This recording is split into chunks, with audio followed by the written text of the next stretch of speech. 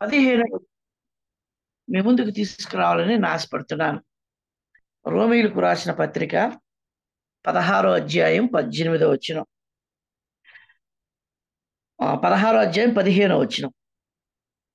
ఫిలొలొగుకును, యూలియాకును, నేరియకును, అతడి సహోదరికిని, ఒలంపాకును, వారితో కూడా ఉన్న పరిశుద్ధులందరికీ వందనములు. ఈ రాత్రికాల సమయంలో ఈ వచనంలో ముందున్నటువంటి వ్యక్తిని గురించి మాత్రం నేను చెప్పాలని ఆశపడుతున్నాను. ఏం చెప్తున్నాడంటే ఈ 15 వచనంలో ఫిలొలొగు వారితో కూడా ఉన్న పరిశుద్ధులందరికిని వందనములు.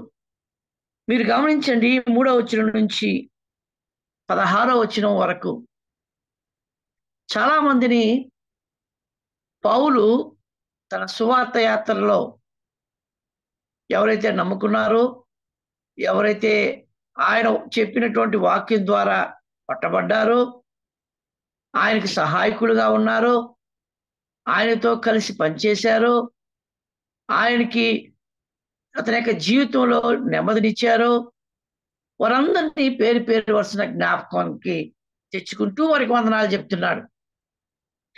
ఈ మొదటి వచనం నుంచి మనం గాని గమనించినట్లయితే ఈ 16వ వచనం వరకు వందనములు వందనములు అని 18 పర్యాయాలు వస్తాయి. I salute so and so person, నేను పలానా వ్యక్తికి వందనాలు చెప్తున్నాను అని అంటూ ఉన్నాడు. అలాగా చెప్తూ వాస్తవంగా మనకు తెలిసిన వారు అకులా ప్రిస్కిల్లాలు బాగా తెలిసినటువంటి వారు, మిగతా వారందరూ కూడా మనకు తెలియదు. అయితే వీరందరూ కూడా ఆయా సందర్భానుసారంగా పౌలుకి ఏదో ఒక విధంగా సహాయం చేసిన వారు, ఆయన పరిచర్యలో ఏదో ఒక విధంగా తోడ్పాటును అందించిన వారు అని మనం చూస్తున్నాం. కొన్ని పర్యాయాలు వారి పుట్టు పూర్వోత్తరాలు మనకు తెలియవు, వారు ఎప్పుడు రక్షింపబడ్డారో మనకు తెలియదు, ఏ విధంగా పౌలుకి సహకారంగా ఉన్నారో తెలియదు, ఏ విధంగా పౌలుతో కూడా కలిసి జత పనివారిగా ఉన్నారో మనకు తెలియదు. అయినప్పటికీ పౌలు వారికి వందనాలు చెప్తున్నారంటే వారు ప్రాముఖ్యమైన వారు అని అర్థం. అనగా సంఘంలో ప్రతి ఒక్కరికి మనం వందనాలు చెప్తున్నామంటే వారు ఏదో విధంగా సంఘంలో పారిభాగస్తులై ఉన్నారు కనుక దేవుని దృష్టిలో వారు ప్రాముఖ్యమైన వారు. ఇది మనం మర్చిపోకూడదు. కనుక వారు మనకు వందనాలు చెప్పకపోయినా మనం వారికి వందనాలు చెప్పడం ప్రాముఖ్యమైన విషయం. కొంతమంది మనకు వందనాలు చెప్పరు, మనం చెప్తున్నా కూడా వారు పట్టించుకోకుండా వెళ్తారు. అయినప్పటికీ కూడా వారు ప్రభు రక్తంలో కడగబడ్డారు, ప్రభు రక్తంలో సంఘానికి వస్తున్నారు, ప్రభు సహవాసంలో ఉంటున్నారు కనుక దేవుని దృష్టిలో వారు ప్రాముఖ్యమైన వారు. ప్రభు వలలో చేవేసే ప్రతి ఒక్కరూ కూడా దేవుని లెక్కలో ఉన్నటువంటి వారు అని మనం మర్చిపోం. కనుక వీరందరూ ఈ 16 అధ్యాయంలో వ్రాయబడినటువంటి వారు పౌలుకి ఏదో ఒక విధంగా పరిచర్యలో పాలిభాగస్తులుగా ఉన్నారని మనం చూస్తున్నాం. కనుక ఈ మాటలు మనం జ్ఞాపకం చేసుకున్నప్పుడు 15వ వచనంలో ఫిలొలొగు అనే వ్యక్తిని మాత్రం రాత్రికాల సమయంలో జ్ఞాపకం చేసుకుని మన పాఠాన్ని మనం ముగించుకుందాం. చూడండి, ఈ పౌలు వీరందరికీ వందనాలు చెప్తూ ఉంటే ఆ వందనాలు చెప్పేటప్పుడు ఏదో విధంగా సహాయం చేసినట్లుగానే ఉంటా ఉంది. అయితే కొంతమందిని గురించి వారు ఏ విధంగా ప్రయాసపడ్డారో చెప్తున్నారు. ఫర్ ఎగ్జాంపుల్ అకులా ప్రిస్కిల్లా వారి గురించి చెప్తూ వారు నా ప్రాణములకు తమ ప్రాణం ఇచ్చుటకైనను తెగించలేదు అని చెప్తా ఉన్నాడు. అనగా ఒకానొక సమయంలో పౌలును చంపడానికి వచ్చారేమో మనకు తెలియదు. ఆ సమయంలో పౌలు బదులుగా వారు వెళ్ళి తమ ప్రాణాలు పెట్టడానికి తెగించారని అర్థం అన్నమాట. ఎంత మంచి కుటుంబమో చూడండి. ఈ విధంగా మనం చూస్తూ వచ్చినప్పుడు మనం ఫీబే గురించి చెప్తూ ఉన్నారు. ఏం చెప్తున్నారు? ఆమె గురించి చెప్తూ నాకు చాలా సహాయం చేసింది. నాకు కాదు అనేకులకు సహాయకురాలుగా ఉంది అని ఆమె గురించి సిఫారసు పౌలు చేస్తా ఉన్నాడు. కనుక ఇక్కడ కొంతమంది వారి చేసినటువంటి పరిచర్యల గురించి చెప్పాడు. కొంతమంది ఏదో విధంగా సహాయం చేయబడ్డారని వారిని జ్ఞాపకం చేసుకుంటూ వారికి వందనాలు చెప్తూ ఉన్నాడు. ఏది ఏమైనప్పటికీ కూడా పరిశుద్ధ గ్రంథంలో లేకపోతే లేఖనాల్లో ఒకరిని గురించి వ్రాయబడ్డాదంటే అది మన దిద్దుబాటు కొరకు, మనకు సహాయంగా దేవుని మాటలు హెచ్చరిక మనం పొందడానికి వ్రాయబడ్డాదని మనం మర్చిపోకూడదు. అట్లయితే ఈ ఫిలలోగు ఎక్కడున్నాడు? ఏం చేస్తున్నాడు? అలాగా ఎలాగా పౌలుతో సహవాసం చేస్తున్నాడు అని మనం ప్రశ్నలు వేసుకున్నప్పుడు ఏమీ దొరకదు మనకు. ఎప్పుడు రక్షింపబడ్డాడో తెలియదు, ఏ ఊరి వాడో తెలియదు, ఏ విధంగా పౌలుకి సహాయకుడిగా ఉన్నాడో తెలియదు. కానీ అతని మాటకు మాత్రం అర్థం మనం తెలుసుకుని దానిని బట్టి పౌలుకి దగ్గరగా ఉన్నవాడు, తర్వాత వందనాలు చెప్పడానికి కారణం ఇది అని మనం చూసుకుని రాత్రికాల సమయంలో ముగించుకుందాం. చూడండి ప్రియులారా, ఫిలలోగు అనంటే మనం చూసినట్లయితే అతను ఏ లవర్ ఆఫ్ ద వర్డ్ అన్నమాట. అనగా వాక్యమును ప్రేమించేవాడు, లేకపోతే దేవుని మాటను ఇష్టపడేవాడు అని మనం చూడొచ్చు. ఇంకొక విధంగా చూసినట్లయితే పాండ్ ఆఫ్ లెర్నింగ్ అని కూడా ఉంది. అనగా అతడు దేవుని వాక్యాన్ని నేర్చుకోవడంలో ఇష్టపడేవాడు అని మనం చూస్తున్నాం. అట్లయితే కొంతమంది న్యూస్ పేపర్ కానీ తీసుకుంటే మొదటి నుంచి చివరి వరకు ఏది వదలరు. కొంతమంది ఏదైనా పుస్తకం తీసుకుంటే మొదటి నుంచి చివరి వరకు చదువుతారు. కొంతమంది తమకిష్టమైన పుస్తకం తీసుకుంటే ఏది వదలకుండా చదువుతారు. అట్లయితే ఇక్కడ ఉద్దేశం ఏంటంటే దేవుని వాక్యమును ప్రేమించేటువంటి వ్యక్తి ఈ ఫిలలోగు అనే మాటని మనం చూస్తున్నాం.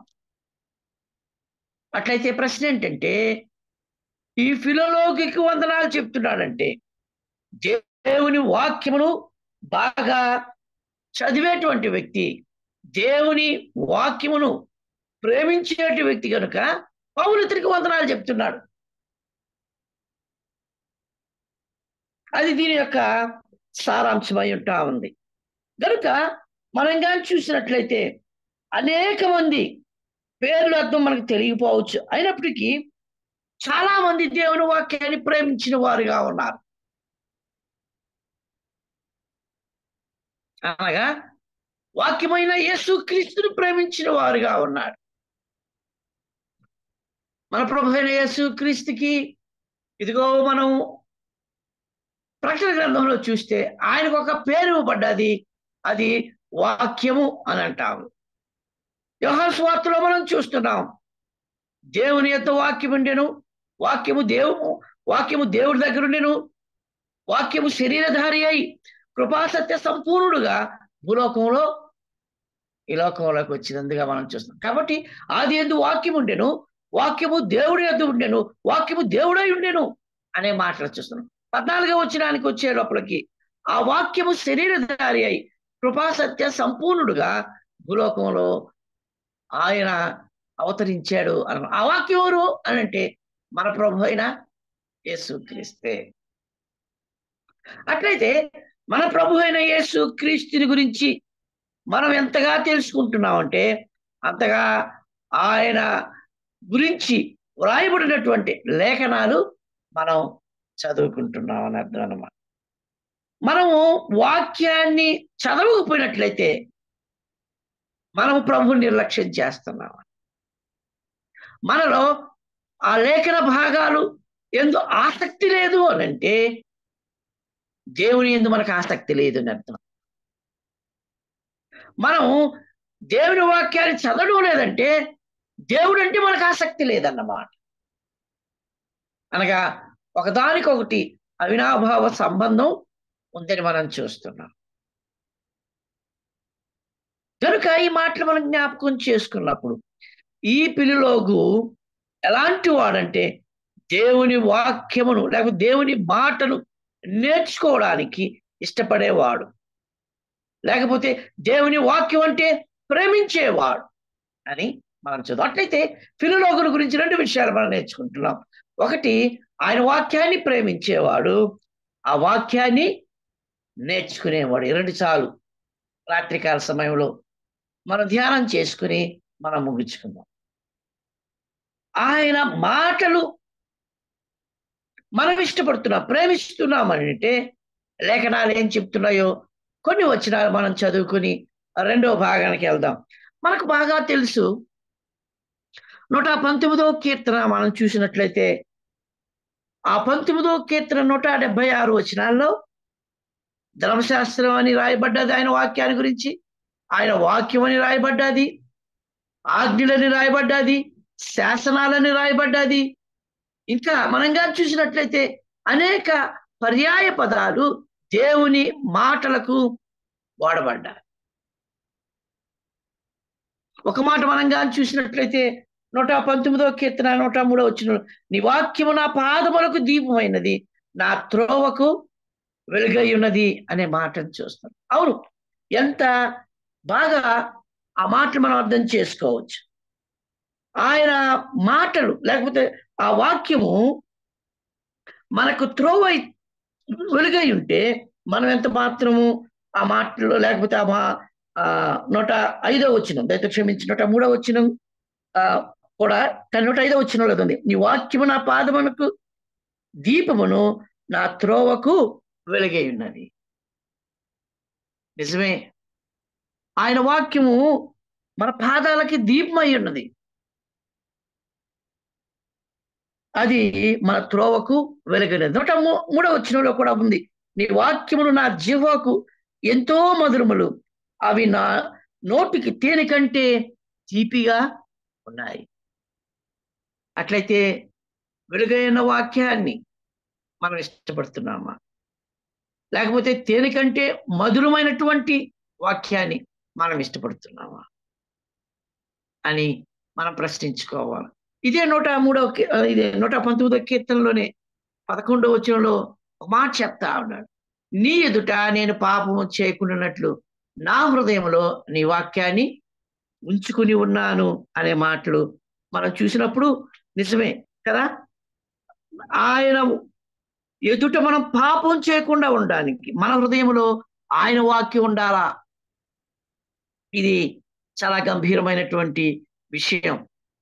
మనం త్రోవ తప్పుకోకుండా ఉండడానికి, దారి తప్పుకోకుండా ఉండడానికి ఆయన వాక్యం వెలుగై ఉంటూ ఉండగా, ఇదిగో దేవుని ఎదుట పాపం చేయకుండా ఉండడానికి నా హృదయంలో దేవుని వాక్యాన్ని నేను ఉంచుకొని ఉన్నానా అని మనం ప్రశ్నించుకోవాలి. ఇదిగో ఈ ఫిలోలోగును చూసినప్పుడు పౌలు ఎంత సంతోషంగా మాట చెప్తున్నాడు. నీలా వాక్యం, నీవంటే వాక్యాన్ని ఇష్టపడేవాడు ఫిలోగు, నీవు వాక్యం అంటే నీకు మధురం, నీకు వెలుగు చూపుతూ ఉంది అనే మాటలు ఇక్కడ మనం చూస్తాం. 119వ కీర్తన అంతగాని మనం వాక్యాన్ని గురించి కానీ చదివినట్లయితే ఎన్నో శ్రేష్టమైనటువంటి మాటలు మనం ధ్యానించుకోవచ్చు. చూడండి, 119వ కీర్తన 67వ వచనంలో ఒక మాట ఉంటా ఉంది. 67వ వచనంలో ఏముందంటే, ఇదిగో శ్రమ కలుగక మునుపు నేను త్రోవ విడిచితిని, ఇప్పుడు నీ వాక్యమును అనుసరించి నడుచుకుంటున్నాను. శ్రమ పొందటం కదా, కలగక ముందు నేను త్రోవ తప్పిపోయాను. అయితే ఆ త్రోవ నుంచి సరిగా ఉండడానికి నీ వాక్యమును అనుసరించి నేను నడుచుకుంటున్నాను అంటున్నాను. 74వ వచనంలో మనం ఇంకా చూసినట్లయితే ఏముందంటే, ఇదిగో నీ చేతులు నన్ను నిర్మించి నాకు రూపమును ఏర్పరచెను. నేను నీ ఆజ్ఞను నేర్చుకున్నట్లు నాకు బుద్ధి దయచేయము. 74 నీ వాక్యం మీద నేను ఆశ పెట్టుకుని ఉన్నాను. దేని మీద మనకు ఆశ? దేవుని వాక్యం మీద. 162వ వచనంలోనే ఇదే 119వ కీర్తనలో 162లో మనం గాని చూసినట్లయితే, ఇదిగో రెండో భాగం, నీవిచ్చిన మాటలు బట్టి నేను సంతోషించుచున్నాను. ఆయన మాటలు, ఆయన వాక్యము ఎంత సంతోషకరమైన. 172వ వచనంలో మనం గాని నీ వాక్యమును గూర్చి నా నాలుక పాడును అంటా ఉంది. మనం పాటలు పాడుతుంటే మన ప్రభువుని గురించి పాడుతున్నామని మనం జ్ఞాపకం చేసుకోవాలి. కనుక ఇన్ని మాటలు మనం ఆయన మాట లేకపోతే ఆయన వాక్యాన్ని ప్రేమించే వారిగా ఉన్నట్లయితే మనలో ఇవన్నీ కనబడుతున్నాయని మనం చూస్తాం. అట్లయితే ఈ రాత్రి కాల సమయంలో ఫిలోగులాగా దేవుని వాక్యాన్ని మనం ప్రేమిస్తున్నామా? ప్రేమించే వారిమైతే అవి మనకు మేలుకరంగా ఉంటున్నాయా? మనము ఆ మాటల మీద ఆశ పెట్టుకునే వారంగా ఉంటున్నామా? ఆ మాటలు బట్టి మనం సంతోషించే వారంగా ఉంటున్నామా? ఆయన మాటను బట్టి, ఆయన వాక్యాన్ని బట్టి మనం పాడేవారంగా ఉంటున్నాం. యిర్మీయా ప్రవక్త ఒక మాట చెప్తాడు. ఏమంటాడంటే, నీ మాటలు నాకు దొరకగా 15వ అధ్యాయం చూడండి. యిర్మీయా గ్రంథం 15వ అధ్యాయంలో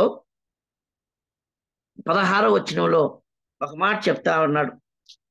15వ అధ్యాయం 16వ వచనం, నీ మాటలు నాకు దొరకగా నేను వాటిని భుజించి తిని, సైన్యములకు అధిపతి యెహోవా దేవా నీ పేరు నాకు పెట్టబడెను గనుక నీ మాటలు నాకు సంతోషమును, నా హృదయమునకు ఆనందమును కలుగు చేయుచున్నది. ఇంచుమించు కీర్తనాకారుడు అన్నట్లుగానే అంటున్నాడు.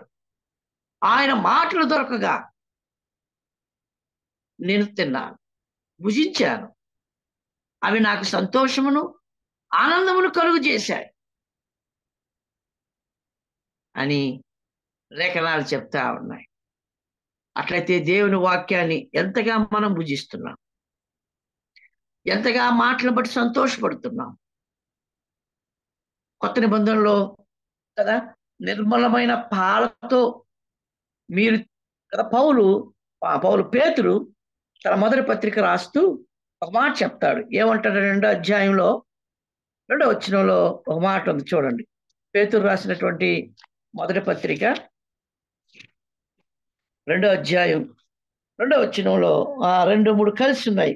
నేను 3వ వచనాన్ని చదువుతున్నాను చూడండి. కొత్తగా జన్మించిన శిశువులను పోలిన వారై నిర్మలమైన వాక్యమును పాల వలన, అనగా నిర్మలమైన ఆత్మ సంబంధముకు పాల వలన రక్షణ విషయములో ఎదుగు నిమిత్తము ఆ పాలను అపేక్షించుడి. ఎలాగా ఎదగాలి? దేనిలో ఎదగాలి? రక్షణ విషయంలో మనం ఎదిగినట్లు కదా. మన రక్షణలో ఎదగాలంటే వాక్యం అనే పాలను మనం త్రాగే వారంగా ఉండాలి, అపేక్షించే వారంగా ఉండాలి, కోరుకునే వారంగా ఉండాలి, ఇష్టపడే వారంగా ఉండాలి. ఆయన వాక్యం అంటే ఇష్టం, ఆయన వాక్యం అంటే సంతోషం, ఆయన వాక్యం ఉంటే ఆనందం అనే మాటలు మనం జ్ఞాపకం చేసుకుంటున్నాం. కనుక ఒక వ్యక్తిలో ఆత్మీయ ఎదుగుదల లేదు, క్షీణించిపోతున్నాడు అనంటే ఆ వ్యక్తి వాక్యం అనే పాలను అపేక్షించడం లేదు, త్రాగడం లేదు, లేకపోతే వాక్యమును చదవడం లేదు అని మనం చూస్తున్నాం. చాలా మంది చాలా పుస్తకాలు చదవచ్చు. అయితే దేవుని వాక్యాన్ని చదివితే మన యొక్క జీవితంలో మనం ఎదిగే వారంగా ఉంటున్నాం. ఎదుగుదల ఆగిపోయినట్లయితే ఏదో ఒక పోషకము ఒక బాలునిలో తక్కువై ఉందని మనం చూస్తున్నాం. అలాగే మన ఆత్మీయ జీవితంలో మనం ఎదగడం లేదు అనంటే, దేవుని గురించి నూతన విషయాలు తెలుసుకోవడం లేదు అంటే, లేఖనాలు మనం చదవడం లేదని అర్థం. లేఖనాలు మనం చదువుతూ ఉండగా దేవుడు తన ఆత్మ సహాయం ద్వారా అనేక విషయాలు మనకు బోధించేవాడుగా ఉన్నాడు. మరి ముఖ్యంగా ఉదయకాల సమయంలో కుటుంబ ప్రార్థనలు అయితేమి, వ్యక్తిగత ధ్యానంలో అయితేమి అనేక విషయాలు దేవుడు బయలుపరిచేవాడిగా ఉంటాడు. అట్లయితే ఎటువంటి ఎదుగుదల మనం కలిగి ఉన్నాం? నిర్మలమైనటువంటి, స్పష్టమైనటువంటి, లేకపోతే కల్తీ లేనటువంటి ఆ పాలను లేకపోతే వాక్యాన్ని మనం త్రాగుతున్నామా? ఇదిగో యిర్మీయా త్రాగాడు, భుజించాడు. అతనికి అతని హృదయంలో సంతోషం, ఆనందము పుట్టింది. ఇదే కీర్తనాకారుడు అంటున్నాడు 19వ కీర్తన, నీ వాక్యము వెల్లడగుతోడనే నాకు వెలుగు కలిగిందని ఒక వచనంలో చెప్తాడు. నాతో ఉన్న ఉపదేశకుల కంటే నేను తెలివిని సంపాదించుకున్నాను. భూ సంబంధమైన తెలివి మనకు లేకపోవచ్చు, భూ సంబంధమైన జ్ఞానం మనకు లేకపోవచ్చు, భూ సంబంధమైనటువంటి లేకపోతే వారుకున్నటువంటి ఆలోచనలు మనకు ఉండకపోవచ్చు. కానీ దేవుని వాక్యాన్ని గురించి, దేవుని గురించి, ఆయన కుమారుడైన యేసు క్రీస్తుని గురించి మనం తెలుసుకున్నట్లయితే, ఆ వాక్యాన్ని మనం భుజించినట్లయితే, త్రాగుతూ ఉండగా ఇదిగో మనం ఎదుగుదలలో ఉన్నామని మనం చూస్తాం. అట్లయితే ఈ ఫిలిలోగు మనం చూస్తున్నాం, దేవుని యొక్క వాక్యం అంటే ఇష్టపడేవాడు, ప్రేమించేవాడుగా ఉన్నాడు ప్రియులారా. రెండవదిగా ఈ ఫిలిలోగు దేవుని వాక్యం నేర్చుకునేవాడు. నేర్చుకునేవాడంటే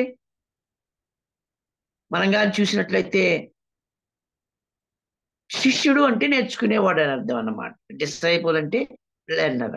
అట్లయితే ఈ ఫిలిలోగు ప్రభువుకి శిష్యుడిగా ఉన్నాడు. లేకపోతే పౌలు బోధిస్తూ ఉండగా దేవుని వాక్యాన్ని వింటూ ఉన్నాడు కదా అండి. యవనస్తుడైనటువంటి తిమోతికి పౌలు చెప్తూ నేను వచ్చే వరకు ఇదిగో నీవు నిలకడగా ఉండి దేవుని వాక్యాన్ని చదువుతూ ఉండు కదా. తిమోతికి రాసిన మొదటి పత్రిక 4వ అధ్యాయం 13వ వచనంలో చెప్తూ దాని వల్ల ప్రయోజనం ఏం కూడా చెప్తా ఉన్నాడు. 4వ అధ్యాయం 10వ వచనంలో నేను వచ్చే వరకు నీవు చదువుతానే ఉండు. ఓ తిమోతి, నేను చెరసాలలో ఉన్నాను. చెరసాల నుంచి విడిపింపబడి నీ దగ్గరకు వచ్చేంత వరకు, ఒకవేళ నువ్వు నా దగ్గరకు వచ్చేంత వరకు నువ్వు చదవటంలో మరవద్దు. అంత మాత్రమే కాకుండా ఆ చదవడం ద్వారా హెచ్చరించుట ఎందును, బోధించుట ఎందును జాగ్రత్త పడుము. లేఖనాలు మనం చదువుతూ ఉండగా ఏ విధంగా హెచ్చరించాలో మనకు దేవుడు మనకు బయలుపరిచేవాడు.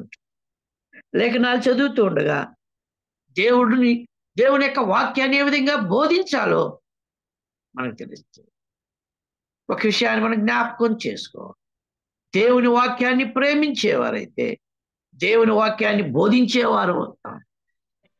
దేవుని వాక్యాన్ని ప్రేమించేవారు అయితే దేవుని వాక్యం ద్వారా మనం హెచ్చరింపబడతాం. హెచ్చరికలు ఇతరులకు ఇవ్వడానికి సాధ్యం. దేవుని వాక్యాన్ని మనం చదవకపోయినట్లయితే దేవుని వాక్యాన్ని ప్రకటించడానికి భయపడతాం. ఇది ఒకదానికొకటి లింక్ అయి ఉంటాం. అట్లయితే ప్రియులారా, అట్లయితే ఇదిగో ఫిలోలోగు దేవుని వాక్యాన్ని చదువుతున్నాడు. దేవుని వాక్యం అంటే ఇష్టపడుతూ ఉన్నాడు. దేవుని వాక్యం అంటే అతనికి ప్రియమైందిగా ఉంటా ఉంది. దేవుని వాక్యంలో అతడు ఎదుగుతూ ఉన్నాడని మనం నేర్చుకుంటాం. అట్లయితే రెండవదిగా మనం చూసినప్పుడు అతడు నేర్చుకునేవాడుగా కూడా ఉంటా ఉన్నాడు. నేర్చుకోవడం ఇష్టం. విశ్వాస యొక్క జీవితంలో లేకపోతే క్రైస్తవులంగా మనం అనుదినము దేవుని వాక్యాన్ని నేర్చుకునే వారంగానే ఉండాలి. మనం ఎల్లప్పుడూ మరిలాగా ఆయన పాదాల దగ్గర కూర్చొని నేర్చుకునే వారంగా. మనం ఎప్పుడైతే నేర్చుకోకుండా మానివేస్తామో, ఇదిగో మన సమయాన్ని సాతానుడు దొంగిలించేవాడు. ఇదిగో దేవుని దగ్గర నుంచి మనం దూరం అయ్యే వారంగా ఉంటాం. కానీ ఇదిగో ఈ ఫిలిలోగు దేవుని వాక్యాన్ని ప్రేమించడం మాత్రమే కాదు, నేర్చుకుని తన ఇంటి వారందరికీ నేర్పించాడేమో మనకు తెలియదు. ఎంత మంచి ఫిలిలో. కనుక మనం కానీ చూసినట్లయితే పాత కొత్త నిబంధనలో దేవుడు తన మాటలు మనకి నేర్పడానికి ఇష్టపడుతున్నాడు. మీరు నేర్చుకోనండి అని మన ప్రభువు కూడా చెప్తూ ఉన్నాడు కదా. మనకు బాగా తెలిసినటువంటి మాట ద్వితీయోపదేశ కాండంలో 4వ అధ్యాయం 10వ వచనంలో ఏం చెప్తున్నాడో చూడండి. నా మాటలు లేకపోతే నా ఆజ్ఞలను మీరు గైకొని వాటి యందు మీరు నేర్చుకోవాలని దేవుడైన యెహోవా చెప్తున్నాడు. చూడండి, ద్వితీయోపదేశ కాండం డ్యూటరానమీ చాప్టర్ 4 verse 10, 4వ అధ్యాయం 10వ వచనం. 4వ అధ్యాయం 10వ వచనంలో ఈ విధంగా వ్రాయబడింది. ఏముందంటే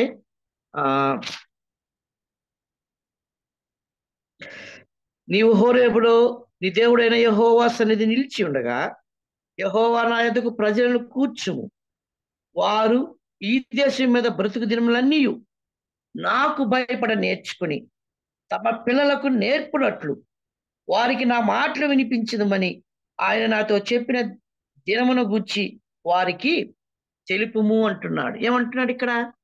ఇదిగో వారికి దేవుని యందు భయం కలిగి ఉండడానికి నేర్పించండి. అనగా దేవుని మాటలు వారికి నేర్పించినట్లయితే వారు నా యందు భయం కలిగి ఉంటారు. ఈ మాటలు ఇంచుమించు ఇదే ప్రారంభంలో చెప్తూ 31వ అధ్యాయం 13వ వచనంలో ఇదే మాటలు మోషే మరలా చెప్తున్నాడు. చూడండి, 31వ అధ్యాయం 13వ వచనంలో ఇదిగో అలాగ కొని ఎడల దాని నెరుకుని వారి సంతతికి దాన్ని విని మీరు స్వాధీనపరచుటకు యోర్దాను దాటపోవచ్చిన దేశమును మీరు బ్రతుకు దినములన్నీ మీ దేవుడైన యెహోవాకు భయపడుట నేర్చుకుందురు అని అంటా ఉన్నాడు. అనగా 12వ వచనంలో మీ దేవుడైన యెహోవాకు భయపడి ధర్మశాస్త్ర వాక్యములన్నిటినీ నడుచుకున్నట్లు పురుషులేమి, స్త్రీలేమి, పిల్లలేమి, మీ పురములో ఉన్న పరదేశులేమి వాటిని విని నేర్చుకున్నట్టుకై అందరినీ పోగు చేయాలి అని అంట. కాబట్టి తారతమ్యం లేకుండా అందరూ దేవుని మాటలు నేర్చుకోవాలి, ధర్మశాస్త్రాన్ని గురించి నేర్చుకోవాలా అని అంటా ఉన్నాడు. కాబట్టి ఈ మాటలు మనం జ్ఞాపకం చేసుకున్నాం. ఆనాడు ధర్మశాస్త్రం ఇచ్చినటువంటి దేవుడు వారికి ఏ విధంగా నేర్చుకోవాలో, ఏ విధంగా నడవాలో, దేవుని యందు మనం ముఖ్యంగా భయభక్తులు కలిగి ఉండాలో ఆయన మాటలు చదివినప్పుడు వారికి తెలుస్తుందని చెప్తున్నాడు. ఈ మాటలే మన ప్రభు అయిన యేసు క్రీస్తు కూడా కొత్త నిబంధనలో చెప్తూ తండ్రి వలన నేను నేర్చుకునే సంగతులే మీకు నేను నేర్పుతా ఉన్నానని యోహాను సువార్తలో ఒక మాట చెప్తాడు. యోహాను సువార్త 6వ అధ్యాయం 45వ వచనంలో మనం కానీ చూసినట్లయితే అక్కడ మాట చెప్తున్నాడు. చూడండి, వారందరూ దేవుని చేత బోధింపబడుదురు అని ప్రవక్తల లేఖనాల్లో వ్రాయబడినది గనుక తండ్రి వలన విని నేర్చుకునిన ప్రతివాడును నా యొద్దకు వచ్చును. అనగా మనము దేవుని చేత బోధింపబడ్డవారు, నేర్చుకున్న వారు అయితే ఎక్కడికి వెళ్తాం? తండ్రి వలన విని నేర్చుకున్న ప్రతివాడును ప్రభు యేసు క్రీస్తు దగ్గరికి వస్తాడు అని అంటాడు. అయితే మనం లేఖనాలు చదువుతూ ఉండగా దేవుడు మనకు తన యొక్క ఆంతర్యాన్ని, తన యొక్క ఆలోచనలు బయలుపరుస్తూ ఉండగా మనం ఎక్కడికి వెళ్తామంటే ఇదిగో తండ్రి పంపిన కుమారుని దగ్గరికి వెళ్తాం.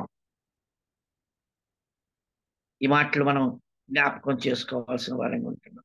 ఈ మాటలు చెబుతూ పౌలు కూడా కొరింథీయులకు రాసిన మొదటి పత్రికలో 14వ అధ్యాయం 31వ వచనంలో ఒక మాట చెప్తున్నాడు. చూడండి, కొరింథీయులకు రాసిన మొదటి పత్రిక 14:31లో అందరూ నేర్చుకున్నట్లు, అందరూ హెచ్చరిక పొందినట్లు మీరందరూ ఒకరి తర్వాత ఒకరు ప్రవచించాలి అని చెప్తున్నాడు. అనగా మన లేఖనాలు మనం సహోదరులుగా మనం బోధిస్తూ ఉండగా మనం నేర్చుకుని అందరికి అర్థమయ్యేటట్లుగా అందరూ నేర్చుకోవాలి, అందరూ హెచ్చరిక పొందాలి అనే మాట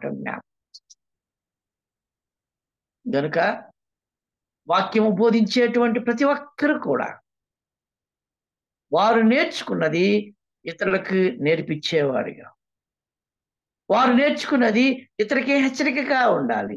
వేరే వాళ్ళు చెప్పేది మనకు వాళ్ళు నేర్చుకుని మనకు చెప్తూ ఉండగా అది మనకే హెచ్చరికగా ఉందని మనం చూసాం. ఇది ఫిలిలోగులో ఉన్నటువంటి ప్రాముఖ్యమైనటువంటి విషయం. అంత మాత్రమే కాదు ప్రియులారా, మనం ఇంకొక మాట తెస్సలోనికీయులకు చెప్తూ ఇంకొక ప్రాముఖ్యమైన విషయాన్ని పౌలు తెస్సలోనికీయులకి గుర్తు చేస్తా ఉన్నాడు. మొదటి తెస్సలోనికీ పత్రిక 4వ అధ్యాయం మనం గాని చూసినట్లయితే అక్కడొక మాట 4వ అధ్యాయం 9వ వచనంలో ఒక మాట చెప్తున్నాడు. సహోదరుల ప్రేమను గూర్చి మీకు వ్రాయనక్కర్లేదు. మీరు నొకరినొకడు ప్రేమించుటకు దేవుని చేతనే నేర్పబడితిరి అనే మాట కదా. అనగా మనం ఒకరినొకరు ప్రేమించడం దేవుని చేతనే నేర్పుతుంది. ఇది దేవుని చేత మనం నేర్చుకున్న విషయం. బోధించడం మాత్రమే కాదు, హెచ్చరించడం మాత్రమే కాదు, మనం ఒకరినొకరిని ప్రేమించడం కూడా దేవుని వద్ద నుంచే మనం నేర్చుకున్నాం అని మనం అంత మాత్రమే కాదు ప్రియులారా, తీతుకు రాస్తూ మీలో మీరు సత్క్రియ చేయడానికి నేర్చుకున్నారని చెప్తా ఉన్నాడు. చూడండి, తీతుకు రాసిన పత్రికలో 3వ అధ్యాయం 14వ వచనంలో అక్కడికి రాయబడ్డది ఒక మాట కదా. 3వ అధ్యాయం 14వ వచనంలో ఆ మన వారును నిష్ఫలం కాకుండా నిమిత్తము అవసరమును బట్టి సమయోచితముగా సత్క్రియలు శ్రద్ధగా చేయుటకు నేర్చుకొనవలెను కదా. ఏమి నేర్చుకుంటున్నాం మనం? తండ్రి దగ్గరికి రావడం నేర్చుకున్నాం. అంత మాత్రమే కాదు, అందరికీ లేఖనాలు బోధించడం నేర్చుకున్నాం, ప్రేమించడం నేర్చుకున్నాం, సత్క్రియలు చేయడం నేర్చుకున్నాం అనే మాటలు మనం చూస్తున్నాం. అంత మాత్రమే కదా, మన ప్రభు అయిన యేసుక్రీస్తు భూలోకంలో ఉండగా ఆయన శ్రమ పొంది విధేయతను నేర్చుకుని హెబ్రీ పత్రిక 5వ అధ్యాయం 8వ వచనంలో ఉంది. అట్లయితే మన ప్రభు అయిన యేసుక్రీస్తు ఆయన మొదటి నుంచి చివరి వరకు తండ్రికి విధేయుడే. ఆయన నేర్చుకోవాల్సిన అవసరత లేదు. కానీ భూలోకంలో ఉన్నటువంటి మనం మన కొరకు మాదిరికరంగా మనం శ్రమ పొందినప్పుడు విధేయత నేర్చుకోవాలని మన ప్రభు అయిన యేసుక్రీస్తు మనకు మాదిరికరం. ఎంత శ్రేష్టమైన మాట. అట్లయితే ఫిలిలోగు ఆయన దేవుని వాక్యాన్ని ప్రేమించేవాడు. ఎట్లాగా ప్రేమించాడు అనేది మనం మొదటి భాగంలో చూసాం. అనగా ఆయన మాటలు అనుసరించి, ఆయన మాటలు మీద ఆశ పెట్టుకుని, ఆయన మాటలు బట్టి సంతోషిస్తూ, ఆయన వాక్యాన్ని బట్టి పాడుతూ, ఆయన మాటలు తన హృదయంలో ఉంచుకొని ఆనందపడుతూ ఉన్నటువంటి ఫిలిలోగు, ఎదుగుతూ ఉన్నటువంటి ఫిలిలోగు.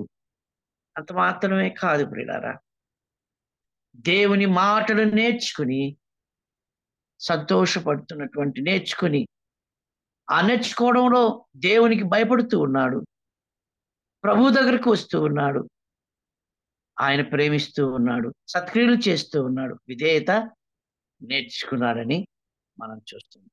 ఈ రాత్రికాల సమయంలో దేవుడు మనతో మాట్లాడుతూ ఉండగా ఎంతగా దేవుని వాక్యాన్ని మనం ప్రేమిస్తాం. ప్రతి